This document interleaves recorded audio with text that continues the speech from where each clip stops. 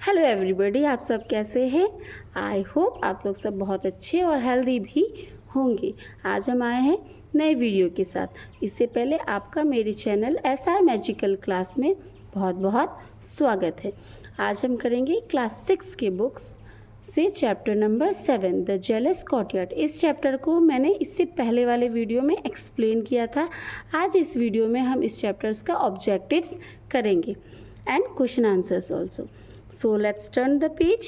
We have already done page number 40, 41 and 42. Now in page number 42 we will do the objectives. सबसे पहला objective जो है वो है tick the correct options. Tick the correct answers. Number 1, Dresser-Drilf is a small town in where? In Germany. Okay. Number 2, you have done a dash job, he said. कैसा job? Wonderful job. Number 3, they pondered how they could safely do something to humiliate him. तो option number A, humiliate. Number 4, the artist listened dash.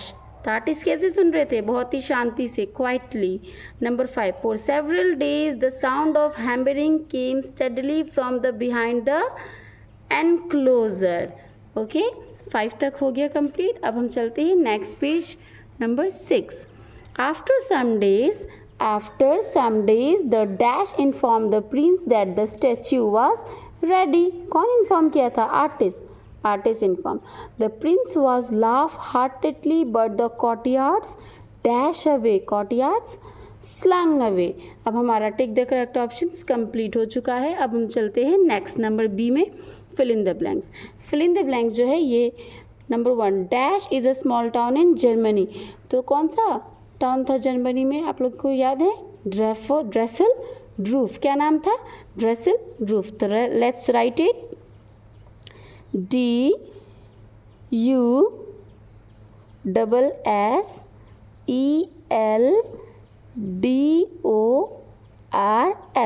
ड्रेसल-ड्रूफ.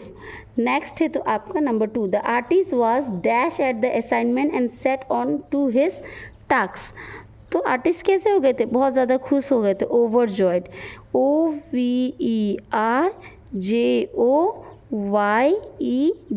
Overjoyed. अब number 3 रहेगा, when the statue was dash the Prince was amaze at its beauty. जब इस statue तैयार हो गया था तो प्रिंस जो है उसका ब्यूटी देख के बहुत ही ज़्यादा खुश हो गए थे. तो क्या होगा यहाँ पे? Unveiled. UNVEILED.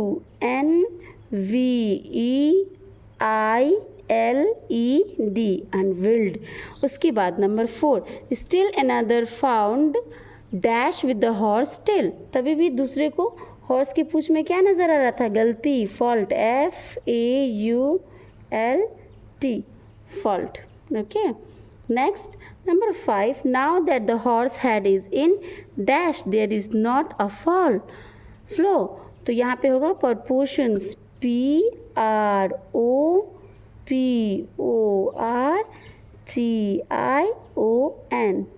Completed. Fill in the blanks हो चुका है. अब हम करेंगे match the columns. Number A को हम मिलाएंगे कॉलम नंबर बी से. He walk day and night and complete the statue in time. A को हम मिलाएंगे सी से. सी के सामने भी हम लिखेंगे 1 ताकि कोई कन्फ्यूज़न ना रहे. Number 2, when the statue was unveiled the prince was amazed as its beauty. 2 को मिलाएंगे ई के साथ और ई के सामने भी हम लिखेंगे number 2. Number 3, if you would change the right hind foot. तो नंबर 3 को मिलाएंगे हम नंबर ए के साथ और ए के सामने लिखेंगे number 3. Number 4, the courtiers who look care to pass the way often were delighted. Number 4 को हम मिलाएंगे नंबर बी के साथ और बी के सामने लिखेंगे number 4. Number 5, I was hammering at the reputations of our courtyard. तो 5 को मिलाएंगे डी के साथ और डी के सामने लिखेंगे हम नंबर 5. अब उसके बाद आता है ट्रू फॉल्स. अब हम write T for true and F for false. आप लोग सबको मालूम होगा ट्रू हम टी क्यू लिखते हैं और फॉल्स क्यू लिखते हैं. सही के लिए टी लिखते हैं और गलत के लिए हम शॉर्ट फॉर्म में फॉल्स लिखते हैं. तो पहला question number 1, in olden days a very famous artist live at ड्रैफोडिल्स इन जर्मनी। तो ये सही है कि गलत? सही, true. Number 2, the prince did not like the statue. क्या प्रिंस को स्टैचू पसंद नहीं आया था? नहीं पसंद आया था, तो यहाँ पे हम क्या लिखेंगे? फॉल्स। क्या लिखेंगे? False. Number 3, the courtiers were jealous of the artist fame and success. Courtiers मतलब दरबारियों को जो है बहुत ज़्यादा ईर्ष्या हो रही थी, किससे? चित्रकार से, है ना, आर्टिस्ट से, कलाकार से। तो ये तो सही है, this is true. A temporary screen was built around the statue. ये भी सही है, this is also true. Statue को दोबारा से क्रिएट करने के लिए उन्होंने स्टैचू के अगल बगल से टेम्पोरेरी स्क्रीन लगाया था। Number 5, the artist renovate the statue as per the advice of the courtiers. Artist ने स्टैचू को दोबारा से बनाया था जैसे कि उन्हें आदेश मिला था किससे? कॉर्टियर्स से। तो ये सही है या गलत? ये गलत है। आर्टिस्ट ने दोबारा से स्टैचू को नहीं बनाया था, बस उन्हें शो किया था कुछ दिन तक स्टैचू को अपने अंडर रख के कि वो बना रहे हैं, पर उन्होंने बनाया नहीं था। Next number E, arrange the sentence as they appear in the text. अब ये सेंटेंस को हमें जैसे टेक्स्ट में अपेयर किया गया है वैसे अरेंज करना है। कौन सा सेंटेंस सबसे फर्स्ट आएगा और कौन सा सबसे लास्ट, देखते हैं। सबसे पहला सेंटेंस जो है मेरे ख्याल से पॉइंट नंबर 5 आप सब पढ़िए। The artist was over joy at the assignment and set on to his task. Artist जो है सबसे पहले स्टोरी में बहुत ज़्यादा खुश हो जाता है जब उसे काम मिलता है, तो this will be number 1। Number 5 के सामने हम लिखेंगे नंबर 1। उसके बाद number 2, after some days the artist inform the prince that the statue was ready. कुछ दिनों बाद आर्टिस्ट जो है प्रिंस को बोलता है कि स्टैचू तैयार हो गया, तो नंबर 1 के सामने लिखेंगे नंबर 2।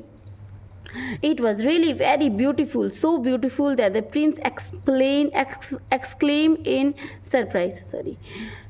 तो ये स्टैचू जो इतना सुंदर था कि इस प्रिंस जो है उसे एक्सक्लेम ही नहीं कर रहा था, उसे मतलब स्टैचू देख के बहुत ज़्यादा सरप्राइज हो गया था। तो ये आ जाएगा आपका नंबर 3, स्टोरी में ये आया था। उसके बाद the 4th said that he considered the tale greatly improved। अब चौथा वाला कहता है कि उसे ऐसा लगता है कि टेल को सही करना चाहिए, तो नंबर 3 के बाद ये हुआ था। द प्रिंस लाफ्ड, नहीं प्रिंस तो सबसे लास्ट में हंसे थे, और नंबर 6 में दिया हुआ है they did not pick fault, है कि नहीं? ये आएगा नंबर 6 के सामने आएगा number 4। They dare not pick fault in the courtiered statue for the prince has declare it perfect. क्योंकि प्रिंस ने स्टैचू को परफेक्ट कह दिया था, इसलिए बाकी के कॉर्टियर्ड्स प्रिंस के स्टैचू पे कोई भी गलती नहीं निकाल सक रहे थे। तो नंबर 6 के सामने हम लिखेंगे नंबर 4। नंबर 6 के सामने हम लिखेंगे नंबर 4। और उसके बाद 5 नंबर मेरे ये number 3, the 4th said that he considered the tale greatly improved। Number 3 के सामने हम लिखेंगे नंबर 5। और उसके बाद नंबर 4 के सामने हम लिखेंगे नंबर 6। द प्रिंस लाफली heartedly but the courtiered slunks away one after another without a word. Prince इतने ज़ोर ज़ोर से हंसने लगे कि कॉर्टियर्ड जो है बिना कुछ बोले हुए ही वहाँ से चले जाते हैं। तो ये हमारा ऑब्जेक्टिव कंप्लीट हुआ। अब हम चलते हैं नेक्स्ट पेज में। नेक्स्ट पेज में हमारा question answers which is very important. Answer the following question. Our first question is number 1, in which country is the story set? कौन से कंट्री में जो है स्टोरी लिखा गया था? तो आप लोग सबको याद है कौन से कंट्री में लिखा गया था? The story was set in the in which country the story was set? So we can write here the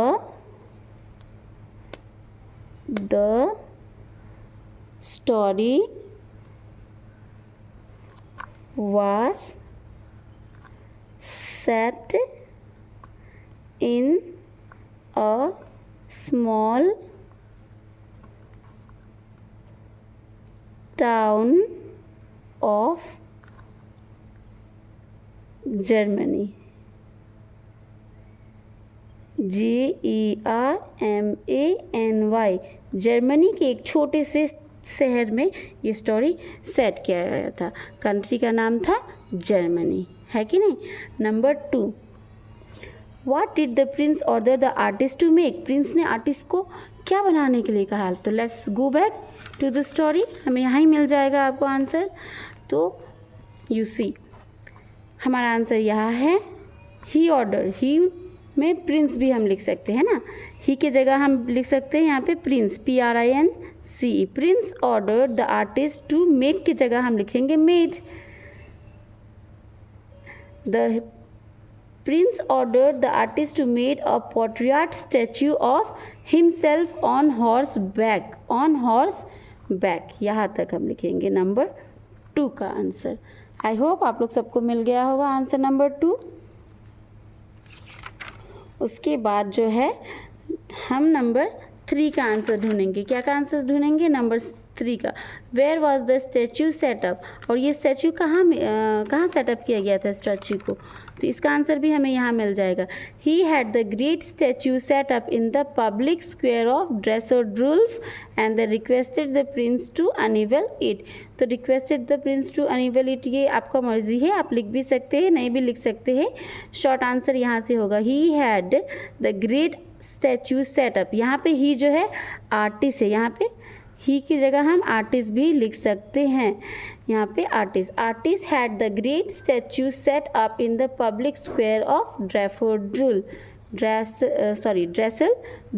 यहाँ तक this will be answer number 3। This will be answer number 3। ये होगा आपका आंसर नंबर 3। ओके,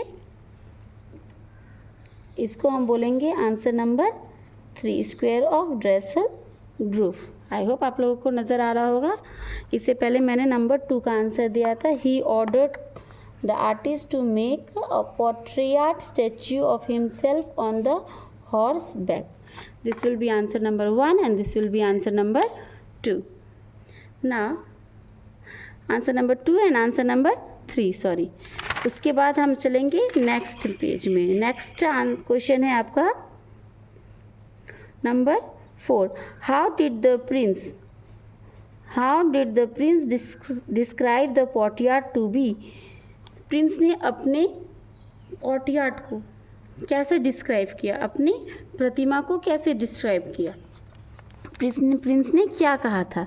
तो let's find here. इसके लिए भी हम यहाँ जा सकते हैं, यहाँ पे हमें मिल जाएगा। लेट्स फाइंड हियर, यहाँ पे इसका आंसर मिलेगा ही सेड।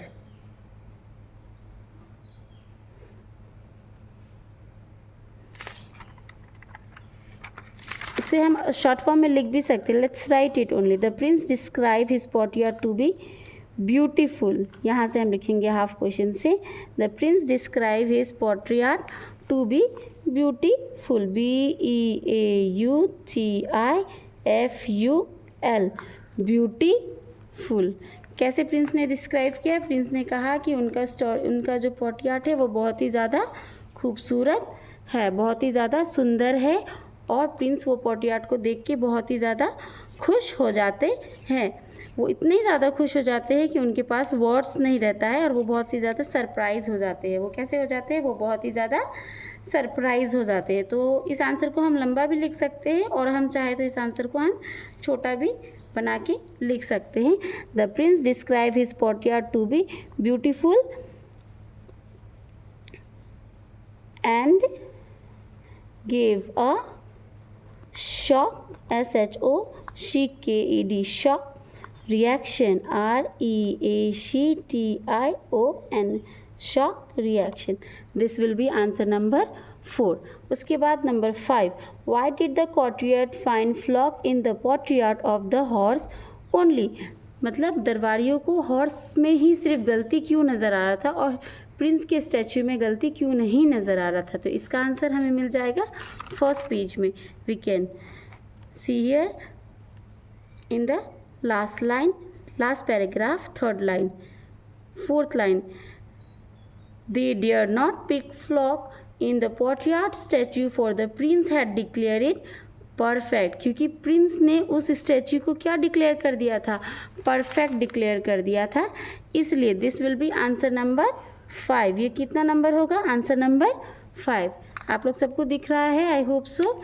इसका आंसर है they dare not pick flock in the portrait statue for the prince had declare it perfect, क्योंकि प्रिंस ने परफेक्ट कह दिया था, इसलिए उन लोगों का हिम्मत नहीं हुआ कि वो लोग इस स्टैचू को गलत कह सकें। Now we will come to question number 6.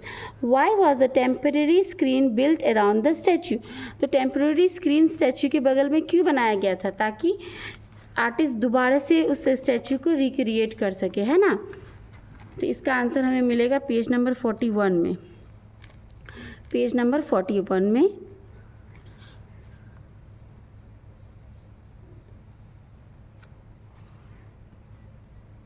यहाँ पे द आर्टिस्ट से answer number 6. The artist order a temporary screen built around the statue so that his assistants could walk undisturbed.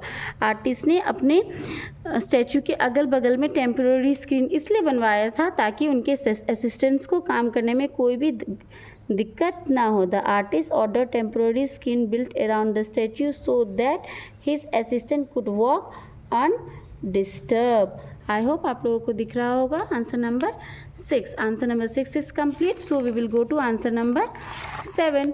Answer number 7, question number 7 है what did the artist say he was hammering at. Last में artist क्या कहते हैं कि वो किस चीज़ को hammering कर रहे थे, किस चीज़ को हथौड़ा मार रहे थे. This answer we will get in the last part of our story. Page number 42. यहाँ पे हमारा है आई वॉज हैमरिंग. यहाँ पे आई जो है वो आर्टिस्ट है. Answer number 7 artist. Artist was hammering at the reputations of your courtyards. यहाँ पे रेपुटेशंस ऑफ योर को हम कट कर सकते हैं. Reputation of courtyards who found fault simply because they were jealous. They were jealous. यहाँ पे आर्टिस्ट ये बात कहते हैं कि नहीं. आर्टिस्ट हथौड़ा किसको मार रहे थे? हाँ, आर्टिस्ट हथौड़ा मार रहे थे. He was hammering at the reputations of the courtyards. आप कॉर्टयार्ड्स तक भी लिख सकते हैं, और आपको अगर बड़ा करना है तो who found fault simply because they were jealous. Jealous तक भी लिख सकते हैं. This will be answer number 7. So our this chapter is complete. तो हमारा चैप्टर कंप्लीट हुआ. हमने सारे ऑब्जेक्टिव और सारे question answer, total 7 question is there in chapter number 7. We have completed all 7 question answers and 1 2 3 4 5 objectives we have completed. You can see 5 objectives we have completed, right? So I am going to end the video. आप लोग सब इस question answers को ले सकते हैं, लिख सकते हैं अच्छे से, ताकि आपको आगे जाके हेल्प मिल सके. आई होप आपको मेरा वीडियो अच्छा लगा होगा, समझ में आया होगा. बहुत ही आराम से, बहुत ही धीरे धीरे मैंने पॉइंट टू पॉइंट आपको सारा चीज़ डिक्लेयर किया है. अगर आपको मेरा वीडियो अच्छा लगा है और आप मेरे वीडियो को और भी आगे देखना चाहते हैं तो प्लीज़ मेरे वीडियो को लाइक करें, शेयर करें एंड प्लीज़ सब्सक्राइब भी करें. And please watch the full video, because ये इन्फॉर्मेशन वीडियो है, एजुकेशनल वीडियो है कि नहीं. एजुकेशनल वीडियो बहुत ही ज़्यादा इम्पॉर्टेंट होता है, क्योंकि ये हमें नुकसान नहीं पहुंचाता. ये कहीं ना कहीं हमारे लिए बेनिफिट ही लेके आएगा. Thank you. मिलते हैं नेक्स्ट वीडियो में.